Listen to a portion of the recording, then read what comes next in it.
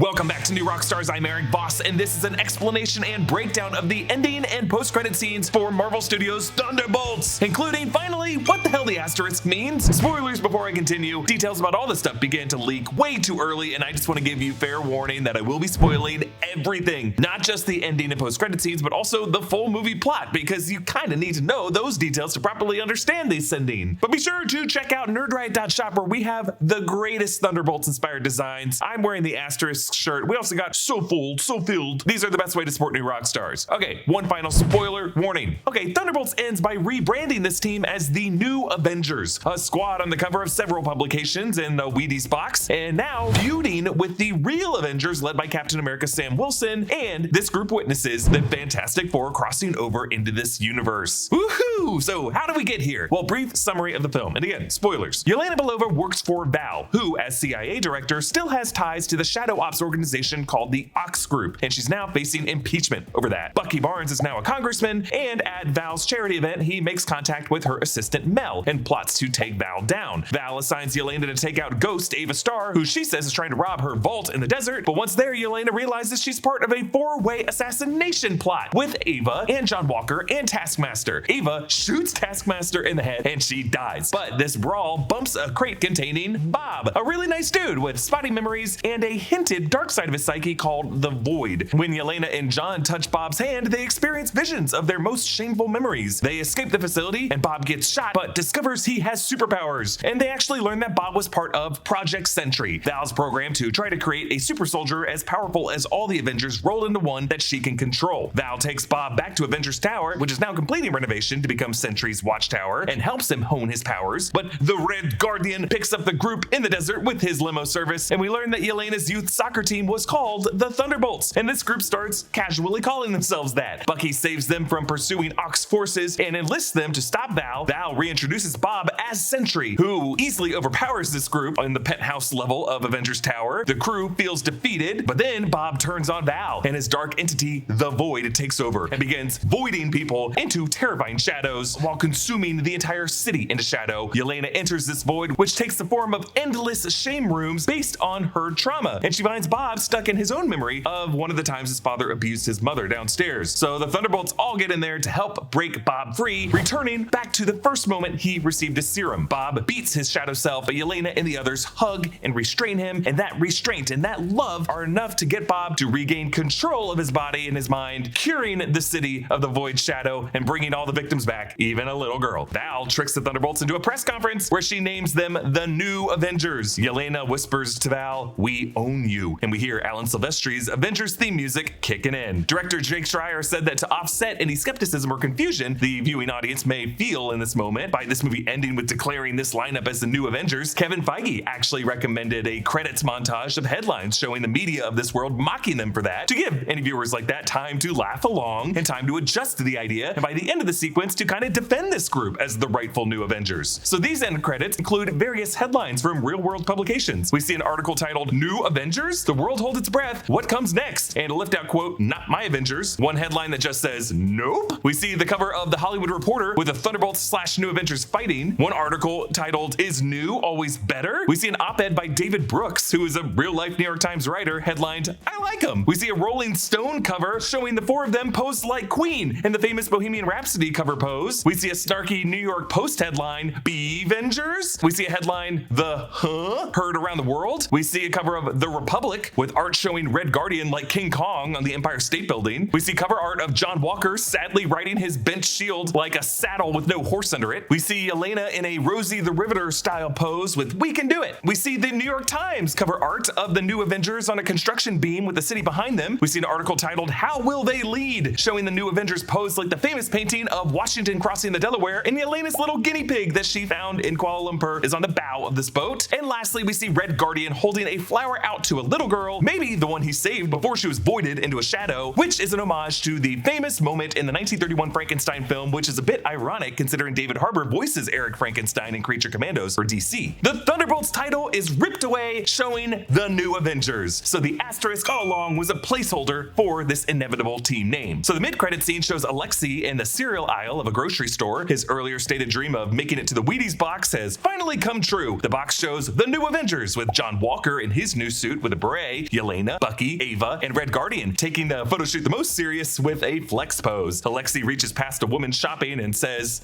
"Wow, so many choices. What is this? Oh, Wheaties. Toasted whole grain wheat flakes, whole grain vitamins, actually great for kids, huh?" And then he awkwardly smiles and puts the box next to his face. The woman says thanks, and she takes the box and pushes her cart away, leaving the box on a stack, not taking it. He calls after her, "That's me on the box!" And then Starship's "Nothing's Gonna Stop Us Now" kicks in. The second and more important of the stingers is the post-credit scene, and it might have been spoiled for you if you were looking closely at the music section of the credits and saw Michael Giacchino's Fantastic Four theme credited. We cut to the new Avengers' new A logo, and 14 months later, as this A on the door twists counterclockwise to open to the renovated penthouse level of Avengers Tower or the Watchtower. The new Avengers enter the room, and Yelena says, "But we are the Avengers. The government said so. How does Sam Wilson not understand that?" And Bucky says, "Well, he does have the shield." John Walker says, "Well, I got a shield too," and he and Bucky start to argue about it, whether it's an actual shield or just a shitty shield. While John does still have his bent shield that was molded into this taco shape by Sentry, he wears a new suit with brighter colors and a military beret, similar to the one we saw him wearing in The Falcon and the Winter Soldier, but now blue. That actually might have been inspired by the light mockery Yelena and Ava gave him in the back of the truck about his little hat. Bucky also has a new look, sporting a new red star outline on his sleeve, recalling the red star of his earlier version of the Winter Soldier arm before he got the vibranium one. Yelena stays on topic. "If he puts together a team, and the team is called the Avengers, then who are the real Avengers?" And John Walker says, "That's a question the internet has been asking, and judging by the very nasty memes I have read, they don't think that it's us." Yelena asks Bucky, "Weren't you going to talk to him?" And Bucky says he already did, and it went poorly. John Walker leans back in his chair, muttering to himself, "I don't know what any of these buttons do. I didn't mark any of them." Yelena is still on the question of Sam Wilson. "You know he filed for copyright of the name? We're losing credibility." And Ava says, "Of which we had very little to begin with." Yelena says, "And now there's this huge space crisis, and no one is telling us about it." John Walker says, "We're running out of space already? It's impossible. This building is enormous." And Yelena snaps, "Outer space!" And then she speaks to her AI device saying, "Run threat analysis. I want the full report." Then Alexei walks up wearing a heavily sponsored jumpsuit, NASCAR style, with brands like Heineken, Barbasol, Tide, Wheaties, AMPM, and Peloton. These, I believe, are all actual sponsors who have done product integrations with Marvel Studios releases. Alexei says, "Hello, team. I heard about Sam Wilson. He is dumb, litigious man, but I am smart. I'm smart man. I have smart solve. Avengers with a Z. There's no copyright." Yelena just says, "No." And Alexei goes on, "It's soft too. If you like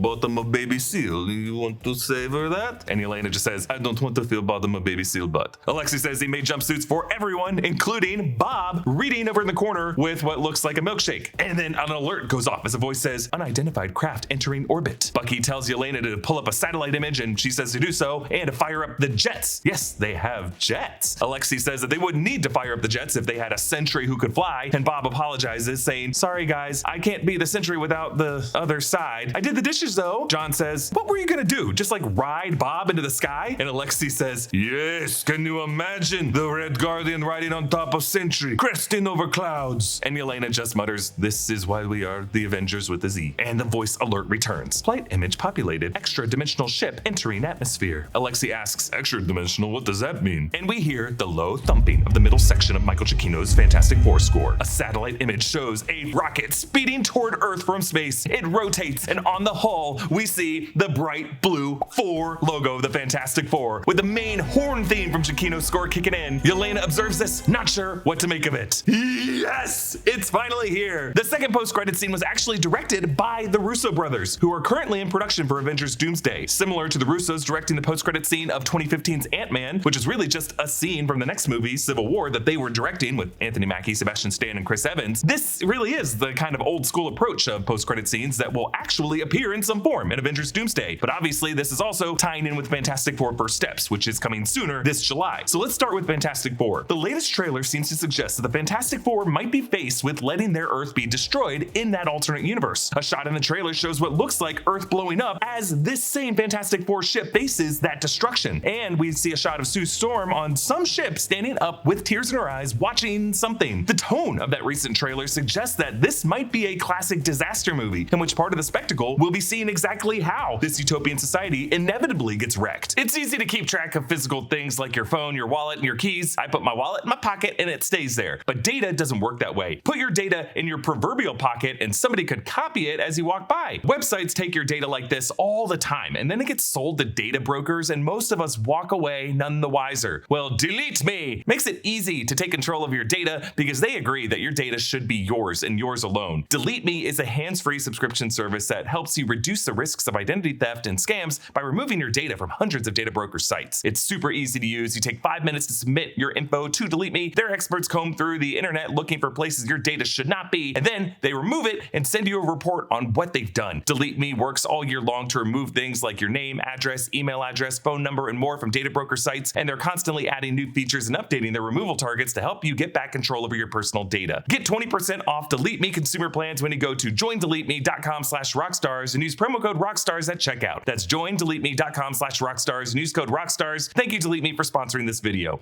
Galactus in the trailer resizes himself so that he can walk between buildings of the city. And the best reason I can think of that he does that, as opposed to staying larger than the planet and using his mechanisms on his ship, Tatu, to destroy the planet and turn it into matter and energy that he can consume, is that this guy is looking for something. And that something, we're pretty sure, is Reed Richards and Sue Storm's baby, Franklin Richards, a reality warper, an Omega-level mutant with an important connection to Galactus in more recent comics. Given the Abraham Isaac choice of giving up a son or letting the entire Earth be destroyed, you can imagine this being an impossible situation for the whole family. They might actually leave their world behind to die. Now, we don't know for sure if the Fantastic Four and baby Franklin are on this ship in the Thunderbolts post-credit scene. Like, it could just be Herbie the robot piloting it, bringing a message, or the ship could also be bringing additional refugees from that universe. We just don't know yet. We also know from decoding Reed Richards' chalkboard in that trailer that his equations prove him to be seeking a solution in the multiverse. We see a Penrose diagram,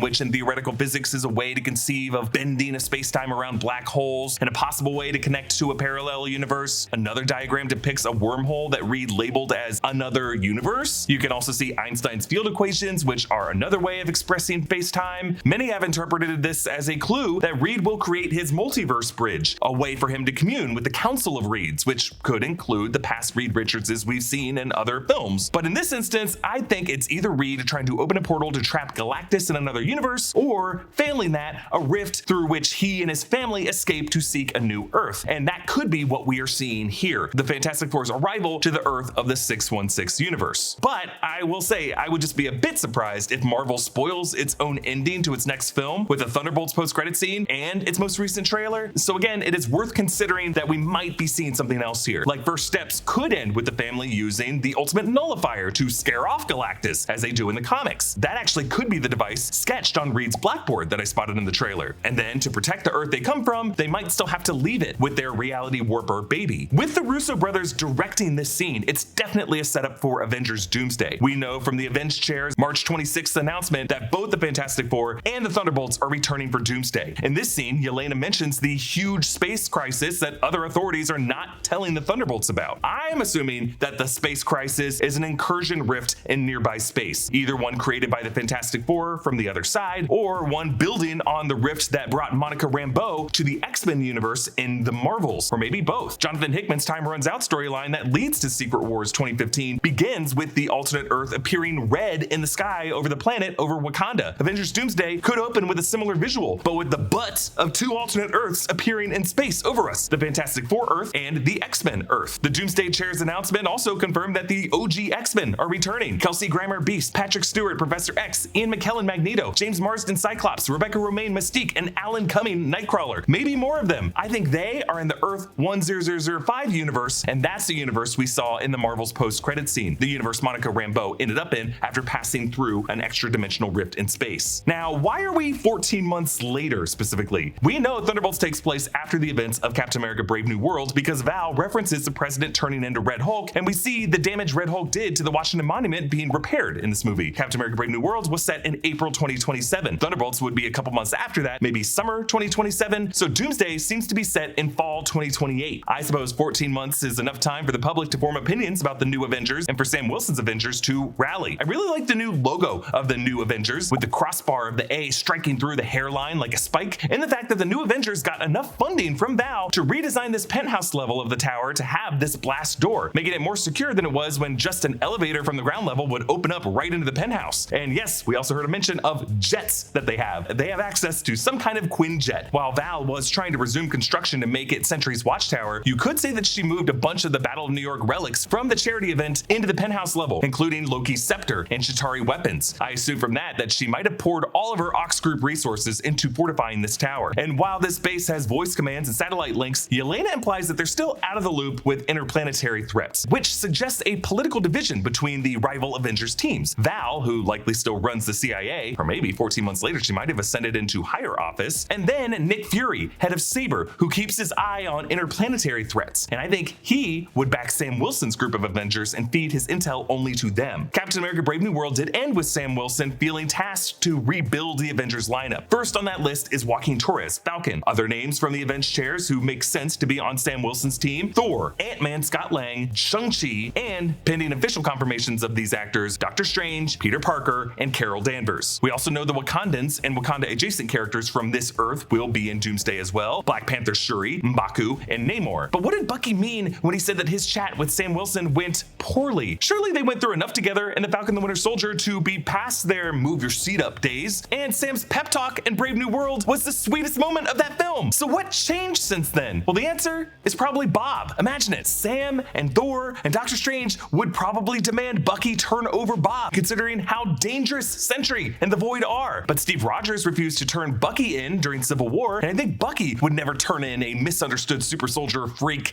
especially sweet Bob. I think that is what's at the center of the Avengers versus New Avengers conflict. Bob is why Sam's Avengers haven't already tried to retake the tower after 14 months. If the New Avengers have laid claim to Avengers Tower, what base of operations is Sam Wilson's Avengers team using? Doctor Strange's Sanctum Sanctorum? I've also theorized that they could have built an adamantium fortified base inside of Celestial Island, like how the Avengers turned the Celestial the Progenitor into their Avengers Mountain base in the comics. Kevin Feige has confirmed that these various groups, including the OG X-Men, will come together to fight Doctor Doom and Avengers Doomsday. We also know that things are headed to Battleworld, a continent of stitched together broken universes created by Doctor Doom, and Sentry is going to play a big role. Thunderbolts director Jake Schreier suggested Sentry's power set will be important to Doomsday, and Sentry is famous in Marvel Comics as one of the deadliest superheroes, a guy who beat Galactus to a standstill and ripped Ares in half. Sentry's probably gonna rip Deadpool in half in Doomsday, right? Now, we still don't know yet what original story the Russos have in mind for their take on Doctor Doom and Doomsday. Only the 4 words: new mask, same task. That task, we have assumed, is to build a suit of armor around the world, but in a different way. We have to assume that the plot will connect to anchor beings, a concept introduced in Deadpool and Wolverine, and the search for anchor beings of each universe. The being whose death triggers the death of that universe. Wolverine was the anchor being of the X-Men universe. Maybe Franklin Richards, or maybe Galactus or Shalaval Silver Surfer could be the anchor being of the Fantastic Four universe, and we're gonna see who the anchor being of the 616 universe is, or was. Look, there's a lot of information here, and we're gonna be exploring all this stuff further in the coming weeks and months. Our Easter egg breakdown of this movie is coming to New Rockstars tomorrow. Get 20% off Delete Me consumer plans when you go to joindeleteme.com/rockstars and use promo code Rockstars at checkout. That's joindeleteme.com/rockstars and use code Rockstars. Thank you, Delete Me, for sponsoring this video. Comment down below with your thoughts, and a big thanks to one of our YouTube members, Cameron, who supports us at the executive producer level. And if you want to support us, you can just hit that little join button down below. Please and thank you. Follow me at EA Voss and subscribe to all the channels in the New Rockstars network for breakdowns and news coverage of everything you love. Thanks for watching, and I'll see you next time. Bye.